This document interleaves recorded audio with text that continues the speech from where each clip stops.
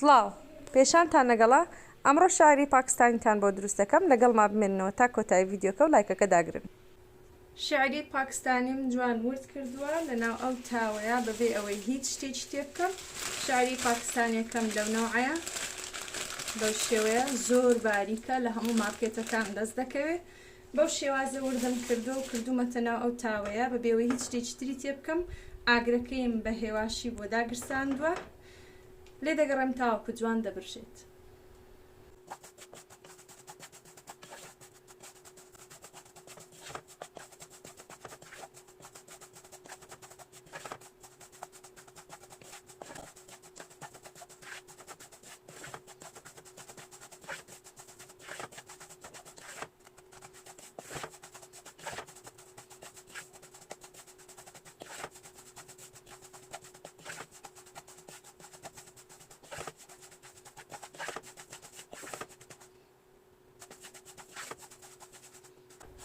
دوای ئەوەی بەو شێوەیە شاری پاکستانەکەمان برژە، کاتی ئەوەیە 50 گرام زبدەی تێ بکەین و بەردەوام بین لە تێکدانی.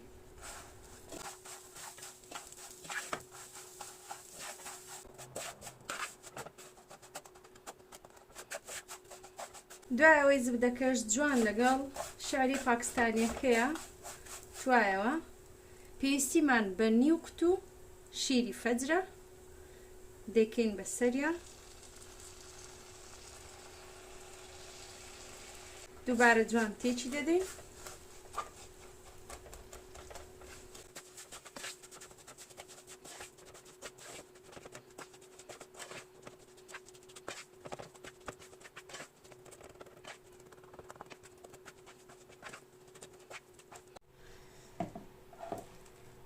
شعری پاکستانیەکە ئەم قاڵبم بۆ نارسەن، ئەمە قاڵب نییە بۆ خۆت وەکو قاپێک وەکو دیزاینێک شتێک دەتوانی بەکاری بێنی، بەڵام من ئەمە ئەەکەم بە قاڵبەکەی وەجبە بە کەوچکێک.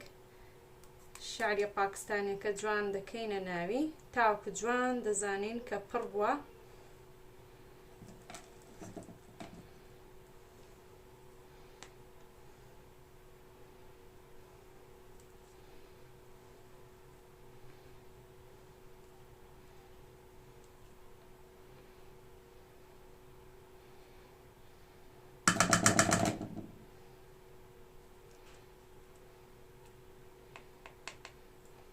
بەو شێوەیە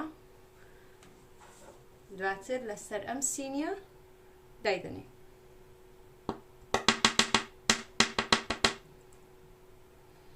بەو شێوازە دووبارە بۆ ناو قاڵبەکە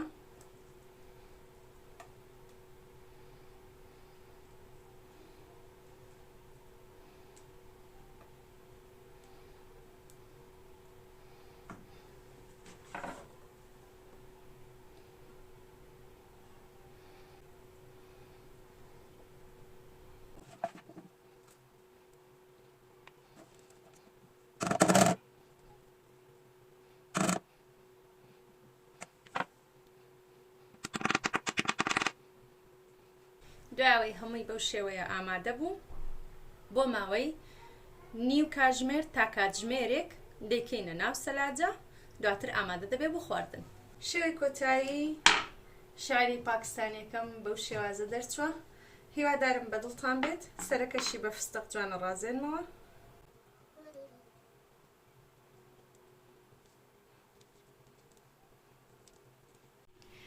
تاوەکو ڤیدیۆیەکی تر بەخوای گەورەتان ئەسپێرم خواتان لەگەڵ.